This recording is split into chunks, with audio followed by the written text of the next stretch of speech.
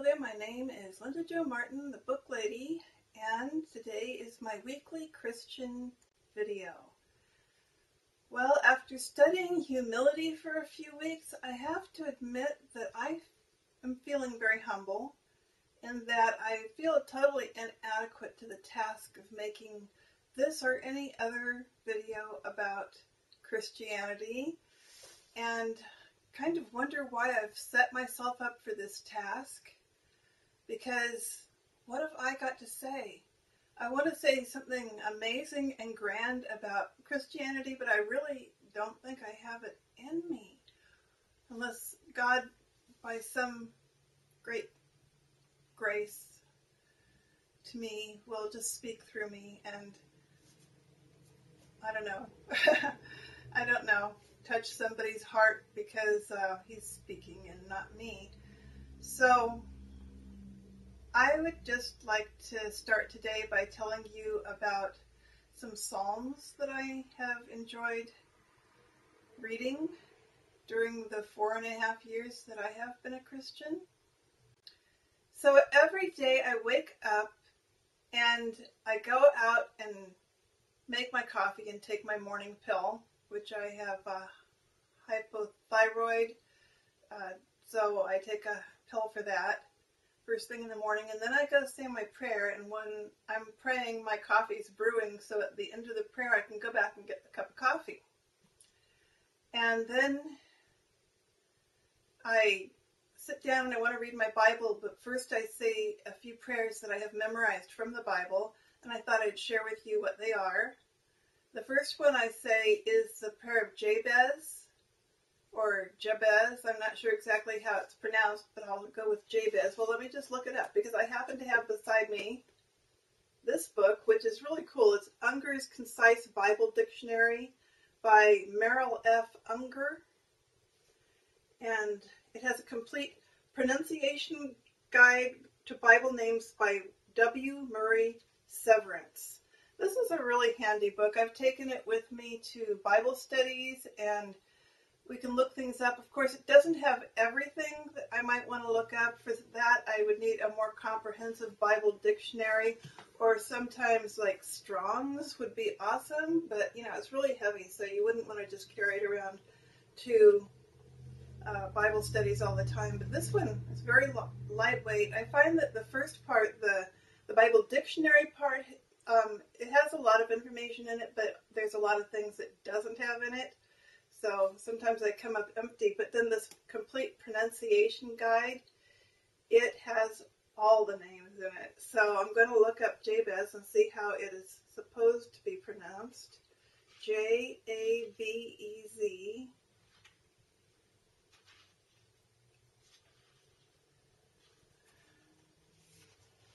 Okay, I'm almost there. It's on this page. J-A-B. Easy. It's Jabez. So I was saying it right in the first place. Not Jabez, but Jabez. So I say the prayer of Jabez in the morning. There's a little book out called The Prayer of Jabez, and I read that when I first became a Christian, so that's how I knew about it. It's a very popular little book, and oh my goodness, I wish I had it here to show you, but I don't. It must be in the other room. Anyhow, sorry about that. Oh, I'll put it up on the screen, right? So anyhow, I say that first thing when I come back to read my Bible. It's, oh, that you would bless me indeed and enlarge my territory, and that your hand would be with me, and that you would keep me from evil, that I may not cause pain. Now that's from my new King James Version Bible, because a lot of other versions, when you read the prayer of Jabez, at the end it doesn't say, keep me from evil that I may not cause pain, but instead it's translated in such a way to say that you want to be kept from evil so that people won't cause you pain. So I never know exactly what was meant by Jabez when he was saying his prayer, whether he wanted to keep from causing people pain or whether he wanted people not to cause him pain. I think both of them are really valid.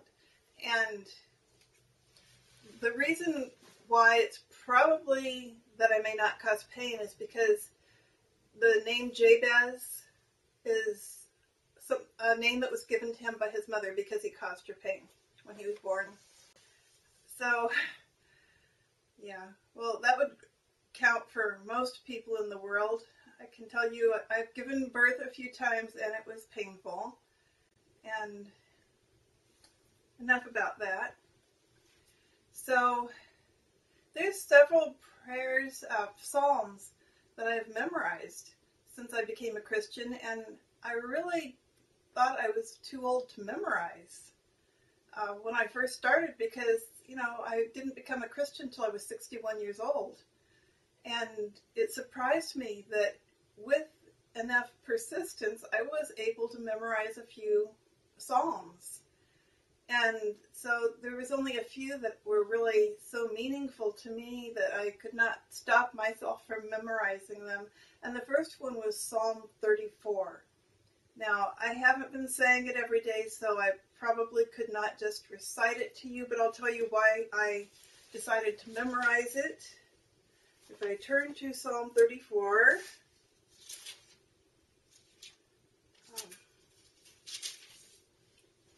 okay, well, one reason is because I was at a women's retreat with a group from a church near where I live, and when we, on the last day, we were given the opportunity to reach into there was a little watering can, but inside the watering can were little cards on which Bible verses were written. And the one I pulled out was this from Psalm 34. Keep your tongue from evil and your lips from speaking deceit. Depart from evil and do good. Seek peace and pursue it. And I thought that was so memorable and important to me because I used to have a boyfriend who was a Christian. He's still a friend, but not a boyfriend. But he was a Christian, and he always would say this little line that he had memorized: seek peace and pursue it. Depart from evil and do good, seek peace and pursue it. So I was really surprised when I pulled that verse out of the can, and then we were supposed to go down to the lake or somewhere on the property. It was a beautiful resort, an old resort, but we were supposed to go someplace and meditate on our verse for an hour. So I went down to the lake, and it was a lovely and spiritual experience. And I experienced the presence of Jesus while I was there. And, oh, wonderful. So I went home from that experience, and I wanted to memorize Psalm 34. And it probably took me a couple of months of reading it every morning, but eventually I did memorize it. So the second psalm that I wanted to memorize was Psalm 60 something. Hold on, I'll find it.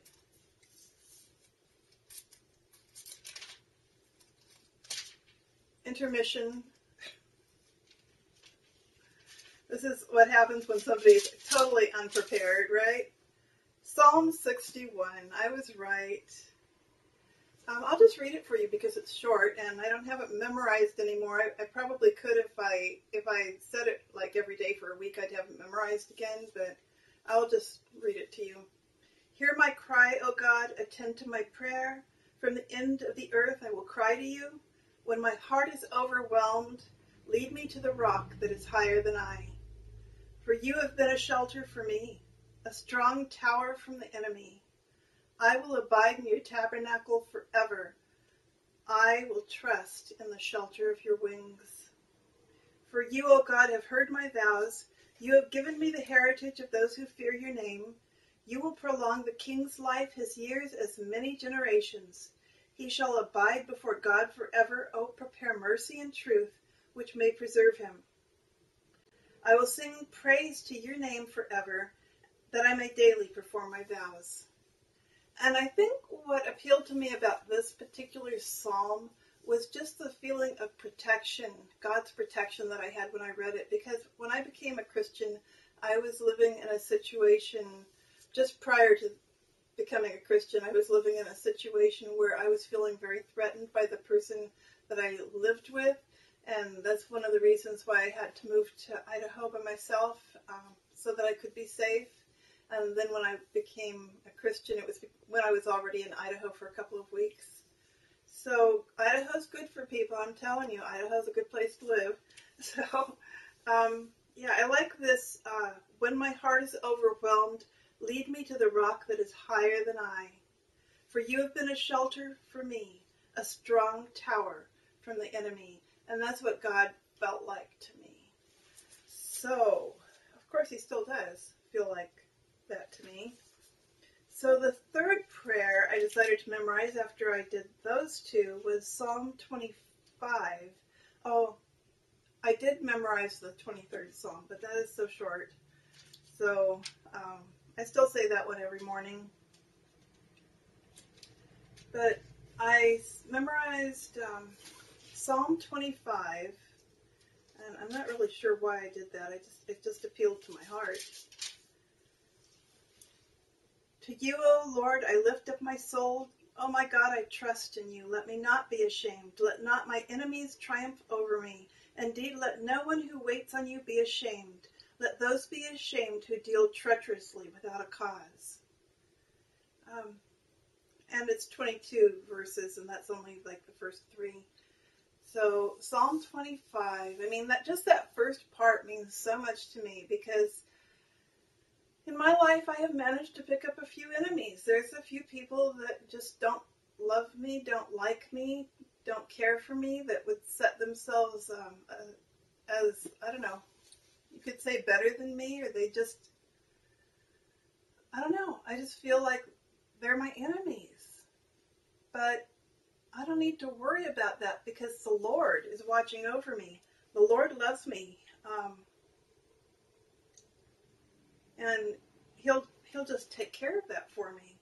It says, show me your ways, O Lord, teach me your paths, lead me in your truth and teach me, for you are the God of my salvation. On you I wait all the day.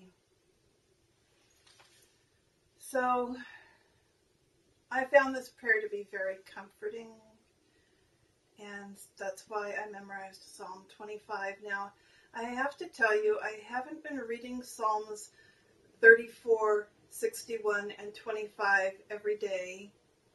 For a long time, I haven't read them every day, so I've pretty much not got them memorized anymore. But it was nice to know that I was still capable of memorizing things. I just found that so amazing, because I'm as old as I am. This morning I woke up and I turned straight to a prayer that's really meaningful to me, a psalm, and it is Psalm 90. And I guess the reason why it is so meaningful to me is because I didn't know that Moses wrote a prayer. I didn't know that there was a prayer in the Bible that was written by Moses himself. And it's not in the first 5 books of the Bible, which he actually wrote. It's in Psalms. It's Psalm 90. Lord, you have been our dwelling place in all generations, before the mountains were brought forth, or ever you had formed the earth and the world. Even from everlasting to everlasting, you are God. Can you imagine? Moses lived so long ago, yet we still have his words that we can use when we pray to God, and I think that's just so precious. I think Psalm 90 is really worth studying, and today I actually did listen to a sermon online. There are a lot of sermons online about Psalm 90. Just look for them in your YouTube search box if you'd like to know more about Psalm 90, or even better yet, just go look up Psalm 90 in your Bible, and if you don't have one, well, there's an online Bible, of course. There's a lot of them. So it's not far away. On to the next part of the video. I think what I'm going to do now is read you a memoir that I wrote a couple of days ago, and I'm not sure exactly what it says, but I think it's something about becoming a Christian. So, yeah, I don't know exactly what it says, so I guess I'll be surprised at the same time as you. I wrote this on Saturday. This this past Saturday. This little book is a very nice notebook that I bought for the purpose of writing in with fountain pens. And I also paint with fountain pen ink. You might have seen, I've got some little pictures in there, and it's all done with fountain pens and fountain pen ink. So this is where I write my memoirs. I have a book called Kicking in the Wall, and my goal is to read a prompt out of that book and write a memoir each day. So this one is about habits. I was saved. What a joy to find Jesus in Idaho. Or did he find me? He said, no one can come to me unless the Father who sent me draws him. And I will raise him up at the last day. That's in John chapter 6, verse 44. Also, I have manifested your name to the men whom you have given me out of the world. They were yours, you gave them to me, and they have kept your word.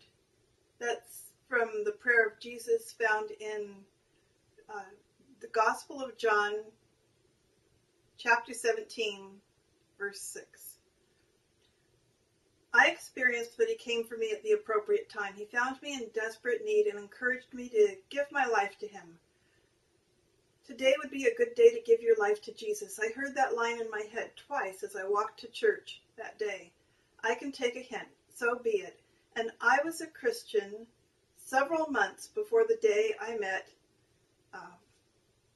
a certain young man at the church. I've got the name in here, but I'm not going to say the name. I met him and his wife. That day he introduced me to his wife.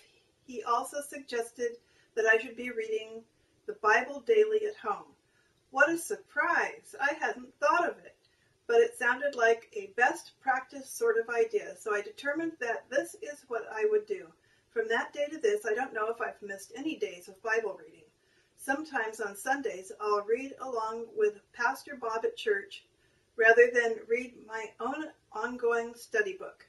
I've managed to finish the entire Bible once. I've read through Proverbs many times, as there is one chapter for each day of a 31-day month.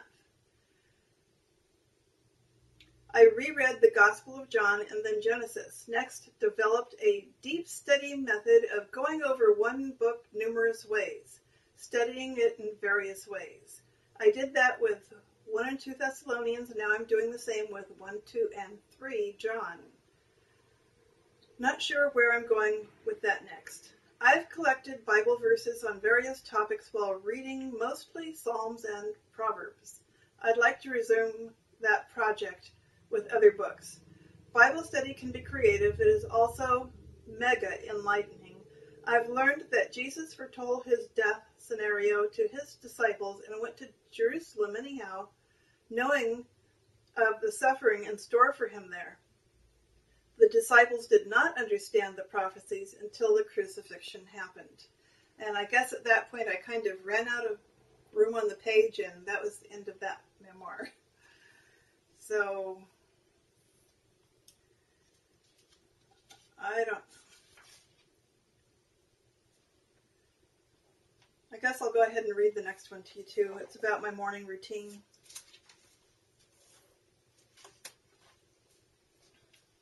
I start every morning with a prayer. Put God first and the day goes a whole lot better. That's what I found out. Trial and error, right? Lots of error, but I feel I'm on the right path now. After the prayer, I get my coffee and a Cliff Bar. Currently, my favorite flavor of Cliff Bar is white chocolate macadamia. My favorite coffee is called Espresso Simone. And I always put in stevia and 2% fat milk and 1/8 teaspoon unsweetened chocolate powder on top. Oh yes, and then I pray over my Bible, currently saying the prayer of Jabez, Lord's Prayer, and 23rd Psalm. Then I study more of whatever I'm studying. Currently 1, 2, 3 John, deep study, meaning reading the books repeatedly using various study methods, commentaries, etc., until I have internalized my lessons from that part of the Bible. After that, ideally, I'd read my daily kicking in the wall memoir prompt and write something in this fountain pen journal. Next, or perhaps just before this journal, I'll write in my regular daily journal, 1 to 3 pages of whatever is on my mind. After all that, read a writing book and write a flash fiction short story, ideally, I say, because I've been inconsistent with this part of my daily routine. Sometimes by then I'm distracted for one reason or another. Then ideally I would go edit a novel for an hour, but realistically I haven't done that in a long time. And there you have it, my morning routine. I don't call it a morning ritual, but the same thing.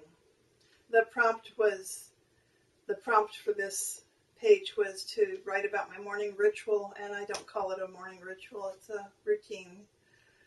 I don't know, I connotate the word ritual with a lot of pomp and circumstances, and that's not my kind of church and not my kind of religion. So I'm not going to go into rituals. Just don't want to do it. So it's just a matter of habits and routines. So, okay, I'm totally incompetent to talk about Christianity, but I will give it a try anyhow every week on Monday, and actually put my ramblings on video for other people to look at. How crazy is that? But I am definitely giving it a try. I challenged myself to do this at the beginning of the year, and the year is still young, and I guess I have 52 weeks of trying to do a Christian video, and I better really improve my game and come up with some really intelligent things to talk about, and maybe even do some research on various things, because there are certain things that I have collected information on, and I will probably go into that in another video. I have so much to learn. So, would really appreciate your comments and feedback, and I know not very many people watch my Christian videos, so I feel fairly safe doing them, and so I'll talk to you later. It's been fun. Bye for now.